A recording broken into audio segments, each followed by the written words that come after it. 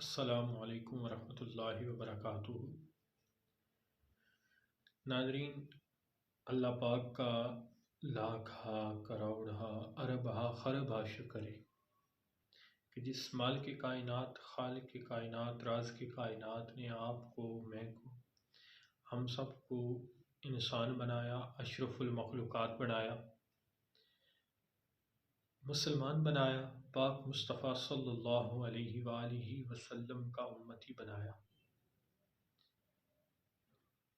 دعا ہے اللہ پاک مصطفیٰ صلی اللہ علیہ وآلہ وسلم کے مرکز کے ساتھ جڑی ہر نسبت سے محبت، مودت، عزت، تکریم نصیب فرمائے۔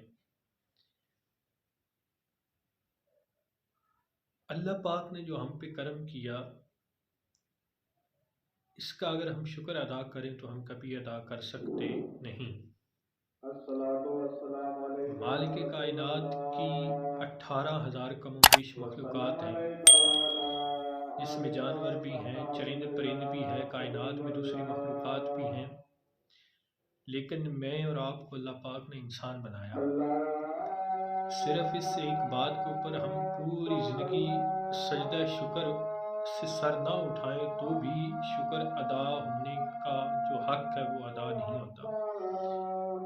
لیکن ہم شکرانہ تو دور کی بات، فرائض، واجبات، مستحبات، سنن، نوافل، وہ بھی ہم ادا نہیں کرتے، ہمارے تو فرائض بھی پورے نہیں ہیں۔ مجھے ایک روایت یاد آ گئی ہے، لیکن ماننے کو دل کرتا ہے۔ لوگ کہیں گے کہ روایت من گھڑت ہوتی ہیں، ان میں کہیں نہ کہیں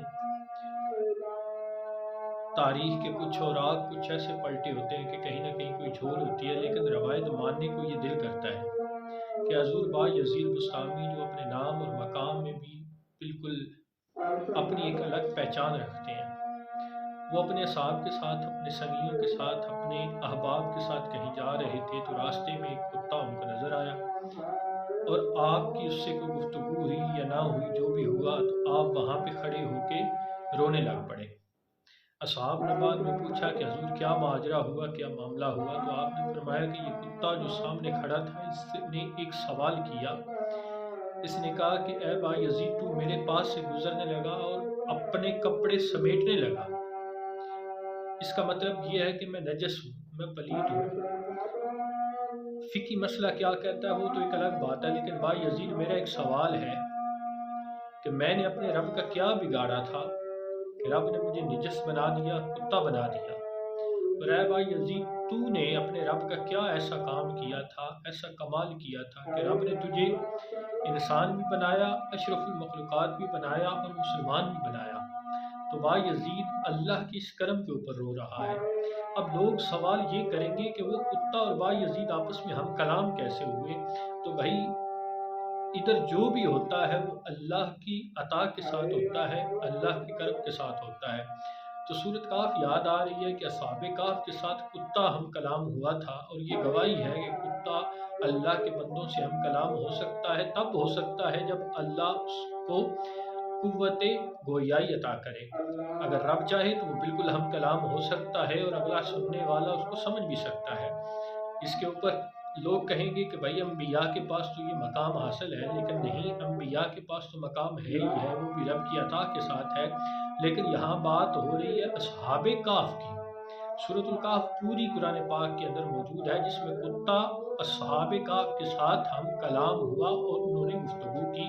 یہ قرآن شاہد ہے اس بات کے اوپر، اور حضور بایزید بسطامی کے ساتھ بھی اس کتے کا ہم کلام ہونا کوئی نئی بات اور تعجب والی بات نہیں ہے۔ تو بھائی رب کا یہ کرم ہے کہ رب نے ہمارے اوپر اتنے عنایات اور اتنے کرم کیے ہوئے ہیں کہ ہمیں چاہیے کہ ہر لمحے، ہر وقت اللہ کا شکر ادا کرتے رہیں۔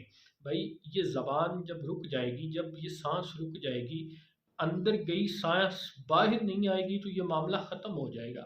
تو جب ختم ہو جائے گا تو اس کے بعد کچھ بھی نہیں ہوگا، یہ سب کچھ ہوگا، زبان بھی ہوگی، چہرہ بھی ہوگا، منہ بھی ہوگا، آنکھیں بھی ہوں گی، ہاتھ بھی ہوگا، قدم بھی ہوں گے، سب کچھ ہوگا، لیکن اس کے اندر روح نہیں ہوگی تو بندہ کچھ بھی نہیں کر سکتا۔ معاملہ صرف ایک سانس کا ہے۔